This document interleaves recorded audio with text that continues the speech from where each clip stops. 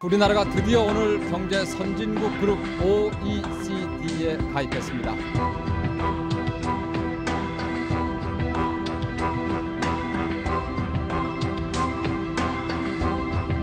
극심한 자금난에 시달리던 한보 철강이 오늘 끝내 부도로 쓰러졌습니다. 한라로 부도입니다. 해외정물도 부도를 신청했습니다. 육방으로 또 부도 신청했습니다. 대우가 위험하다고 합니다. 특별 면담 요청하고 있습니다.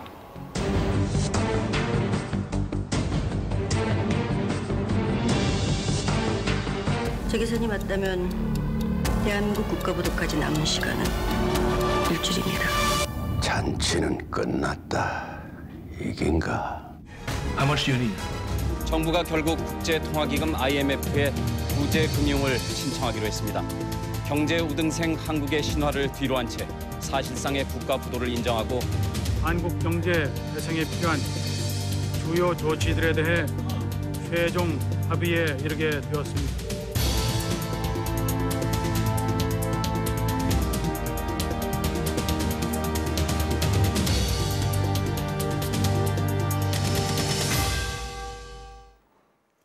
이번 주 월요일이었죠. 12월 3일은 한국 정부가 국제통화기금 IMF로부터 긴급 자금 지원을 받는다는 의향서에 서명한 지 21년째 되던 날이었습니다. 선진국들의 모임인 OECD에 가입하며 샴페인을 터뜨린 지 1년도 못 돼 닥쳐온 국가 부도 사태에 온 나라의 충격은 더 컸습니다.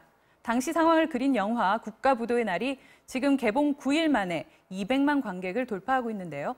금요일의 오아시스, 오늘은 긴박했던 1997년 IMF 사태를 재조명하고 지금 한국 경제 상황 진단하기 위해 경제평론가 정철진 씨 모셨습니다. 어서 오세요. 네, 안녕하십니까. 네. 이 IMF 참 낯선 영어 명칭인데 네. 온 국민의 머리에 다 각인돼 있습니다. 당시 그렇죠. 뭐 국가가 부도난다 이런 거 정말 상상도 못한 일이었는데요. 네. 97년 초부터 이런 경고음들이 경제 곳곳에서 들려오기 시작했었던 그렇습니다. 거죠. 이런 어떤 뭐 재난에는 항상 전조 현상이라는 게 있지 않습니까? 근데 네. 당시 우리 97년 IMF 외환 위기 때도 분명히 전조 현상들이 있습니다. 일단 1996년을 돌아보면은요. 당시 네. 화면에도 잠깐 나왔지만 이제 OECD 회원국에 가입이 되면서 선진국에 간다 했는데 실질적으로 당시 무역을 보면은 이미 200억 달러가 넘는 적자를 기록하게 된 거예요. 그러니까 네. 뭔가 모순이 나오고 있는 그런 것이고 당장 1997년 1월에 당시 재계 한 12위, 14위였던 한보그룹이 부도가 납니다. 네. 그러니까 이것은 결국 뭐냐? 한국 경제가 뭔가 삐걱대고 있다는 것을 시장에서 알려주고 있었는데요. 그 네. 내부를 좀 보면은 어마어마한 기업 부채가 역시 핵심이었습니다. 당시에 네. 뭐 부채 비율 평균이 400% 정도였거든요. 그러니까 네. 자본금의 3배, 4배 되는 돈들을 차입을 했었고 많게는 1000%. 그러니까 한보그룹은 2000%였는데 뭐 10배, 20배의 빚을 빌려 있었다. 그렇게 기업들이 방만 경영을 하고 있었고 여기에 대해서 우리의 금융기관들은 뭐 아무런 뭐 해지 없이 대비 없이 네. 돈을 주고 있었다라는 것을 일단 볼 수가 있고요. 네. 대외적으로는 네네. 지금과 좀 유사한데 미국이 빠르게 금리를 올리고 있었습니다. 네. 그래서 실질적으로 태국의 외환위기라든가 저쪽에서부터 어마어마한 이 재앙의 쓰나미가 오고 있는 그런 신호를 이미 알려주고 있었죠. 네. 그래서 이 당시 이야기를 재구성한 영화가 지금 큰 관심을 받고 있는데 네. 어디까지가 실화냐 또 네. 이런 궁금증들이 많으신 것 같아요. 네. 거기 보면은 이제 정부 관료들이 당시에 사태 파악도조차 제대로 못한 채 우왕좌왕하는 모습이 그려지기도 하는데 네. 실제로 당시에 그 위기 상황에서 갑자기 경제 사령탑이 교체되는 일도 실제로 벌어졌던 거죠. 그렇습니다. 이제 내용은 조금씩 좀 달랐던 것 같아요. 이제 네. 명칭도 좀 바뀌고 뭐 네네. 인물의 캐릭터들도 좀 영화답게 드라마답게 구성을 한 것 같은데 어쨌거나 이제 당시 상황에서 정말로 뭐 나중에 문제도 됐고 지금도 여러 가지 해석이 나오는 부분이 경제 수장의 교체였습니다. 네. 즉 강경신 경제부총리에서 예. 임창열 씨로 이제 바꾸게 되는 요 과정이었었는데 네. 여기는 아직도 뭐 서로 간의 이야기도 다른데요. 네. 실질적으로 IMF에 들어가기까지의 모든 업무를 거의 강경식 경제부총리, 전 네. 경제부총리죠. 그다음에 김인호 경제수석 둘이 이제 해왔었거든요. 네. 근데 이분들이 11월 19일 날 네. 전격 교체가 되고 임창열 씨가 새로운 경제부총리로 온 다음에 21일 날 공식 IMF로 들어갑니다. 그렇죠. 그랬기 때문에 지금도 많이 나오는 얘기가 왜 교체를 했었을까? 그렇죠. 다는 궁금하네요. 그런 부분. 왜 YS 당시 김영삼 대통령은 그런 선택을 했었을까라고 하고 뭐 강경식 전 부총리도 계속해서 뭐 자기가 뭐 끝까지 했었으면 뭐 이런 이야기도 했었었고요. 네. 또 하나 문제가 됐던 게 이제 임창열 전 경제부총리가 네. 부총리를 맡자마자 처음으로 했던 얘기가 IMF는 없다라는 얘기를 네. 했었습니다. 그러다가 영화에서 보면 이제 네. 유아인 씨가 이제 속지 않는다 네. 이렇게 계속 되뇌는 장면들도 그렇죠. 나와요. 그러다가 이제 3일 만에 완전히 바뀌게 되고요. 네. 아직까지 팩트 체크는 필요하지만 그 IMF를 안 간다라고 했을 때 이제 실질적으로 IMF가 한번 뒤집어졌다라고 하거든요. 그래서 뭐 깡시 총재나 스탠리 피셔 부총리나 한국이 왜 이러냐. 네. 그러면서 오히려 이제 더 긴축을 요구하고 한국 못 믿겠다 이제 이렇게 나왔다라는 주장도 있고 네. 반면에 임창열 경제부총리는 아니었다. 자기는 뭐 원칙대로 했다. 그러니까 실질적으로 뭐 정확한 진실이야. 앞으로 뭐 후세에서 밝혀지겠지만은 네. 왜 그때 경제부총리를 교체했을까? 거기에 대해서는 좀 아쉬움이 남는 그런 대목이었습니다. 네. 또 이제 영화의 주요 내용이 당시 경제 위기 특별 대책반이 꾸려져서 비공개 회의를 통해서 이제 준비를 했다. 네. 이런 내용인데 실제로 이런 비공개 대책반은 있었던 네, 뭐 거죠? 기록에도 남아 있는데요. 한국은행이 그럼 언제 IMF에 거의 가능성이 높다는 걸 처음 뭐 알았을까? 여기에 대해서 여러 가지 보고가 있지만 일단 12월, 그러니까 이 97년 3월경에 네. 한번 외환위기 관련해서 한국은행 보고서가 일단 있던 것으로 나와요. 그러니까 네네. 한국은행은 아마 97년 3월 정도에는 우리가 IMF 구제금융에 들어갈 가능성이 높다라는 것을 좀 알았던 것 같고요. 방금 네. 말씀하셨던 그 비공식 경제회기는 11월 7일 날 열리게 됩니다. 네. 그때 아마 한은 뭐 재경원 다 모여서 이제는 IMF밖에는 안 되겠다, 해법이 네. 없다라고 이제 됐고 그 다음 날인 11월 8일 날 김영삼 대통령한테 이야기를 하면서 김영삼 대통령이 이제 본격적인 특별 경제 담화를 얘기를 하는데 네. 아마도 당시 YS 김영삼 전 대통령 같은 경우에는 경제 쪽에 굉장히 좀 뭐 딴 일 때문에 아마 좀 잘 관심이 없었던 것 같아요. 그렇기 네. 때문에 아마도 이런 너무나 촉박한 시간까지도 11월이 다 돼서야 그렇죠. 뭐 알았다라는 거 아닙니까?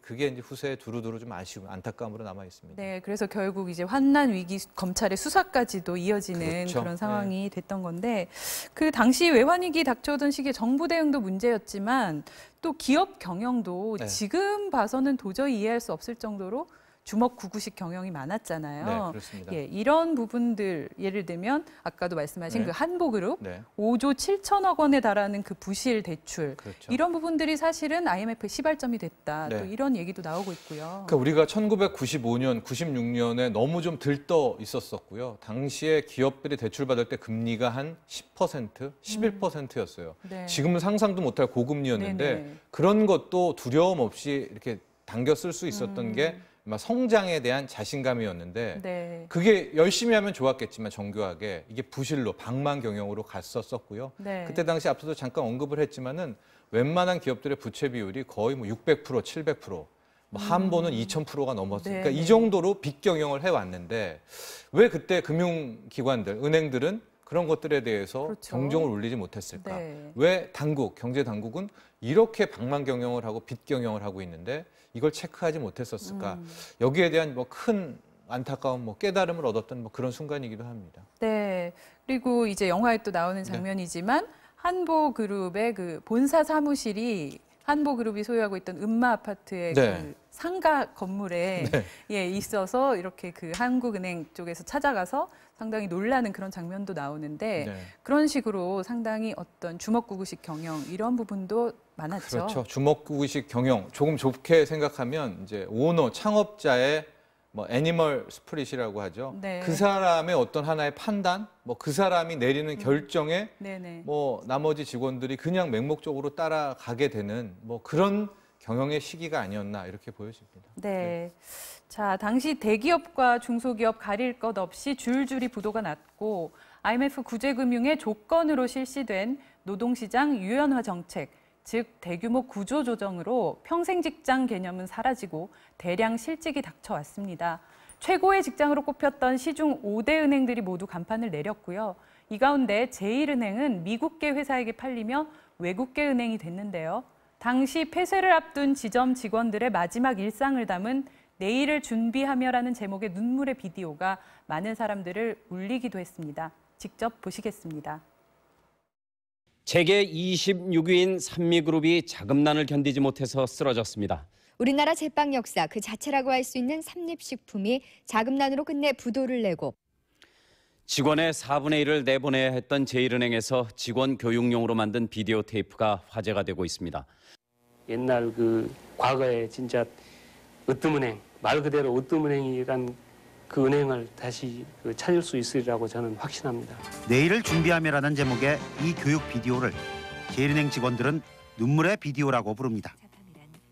이 비디오 테이프에는 구조조정의 회오리 속에서 8,000명 직원 가운데 2,000명 가까이를 떠나보내야 했던 직원들의 아픈 심정이 들어 있습니다. 다시 일어나려면 우리가 열심히 해야지 그 방법뿐이 없다고 생각합니다. 남아있는 너희들아도 열심히 해서 우리의 명예를 찾아달라. 정말 그분들을 진짜 선배를 위해서 열심히 진짜 하고 싶습니다. 웃음이 떠나지 않는 은행을 만들어달라는 떠나는 사람들의 한마디는 남은 사람들의 마음을 울리고 맙니다. 제1은행 정말 사랑합니다. 열심히 일했고요. 남아에 계시는 여러분들 진짜 제1은행 좋은 은행으로 진짜 다시 살렸으면 하는 여러분한테 부탁드리고 싶습니다. 그만큼 제사를 잘라내는 아픔을 겪어야 하는 우리 이웃이 많다는 뜻일지도 모릅니다. 당시 100만 명 넘는 사람들이 갑자기 일자리를 잃었죠. 또 비정규직이라는 개념도 사실상 이때 등장한 건데 한마디로 IMF 직격탄에 중산층과 서민이 무너졌다 이렇게 볼 수 있는 거죠. 그렇습니다. 이제 당시에 우리나라는 수출 주도형 국가였고요. 어쨌든 기업의 모든 것을 걸고 이제 거기서부터 소득이 타고 내려오는 뭐 그런 모습이었었는데 시기를 돌아보면 1월에 한보가 부도가 납니다. 그 다음에 이제 삼미그룹이 부도가 나고요. 삼립식품 부도가 나고 이어서 진로, 기아, 대우는 이제 마지막 가을에 나게 됐는데 그 사이에 해태, 나산, 청구, 뉴코아 뭐 굴제 그룹들이 다 부도 처리가 되니까 거기에 다니던 분들은 다 이제 직장을 잃게 되면서 실업자가 순간적으로 130만 명이 됐었고요. 근데 또 하나 특이한 이렇게 그 통계를 보니까 보육원에 아이를 맡겼을 때 보육원에 맡겨진 아이가 30만 명이 순간적으로 넘는 그러니까 그만큼 우리의 중산층이 한순간에 무너졌던 참 그런 아픔의 시기이기도 했습니다. 네.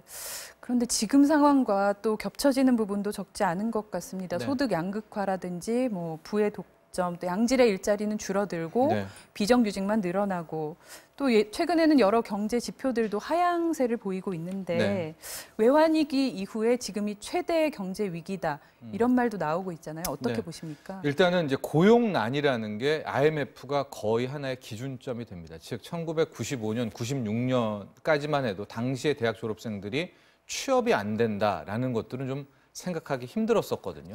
그러다가 이제 97년, 98년에 대학을 막 졸업한 학생들, 그 청년들이 처음으로 취직이라는 게 안 된다라는 이제 취업난이라는 게 시작이 됐었고요.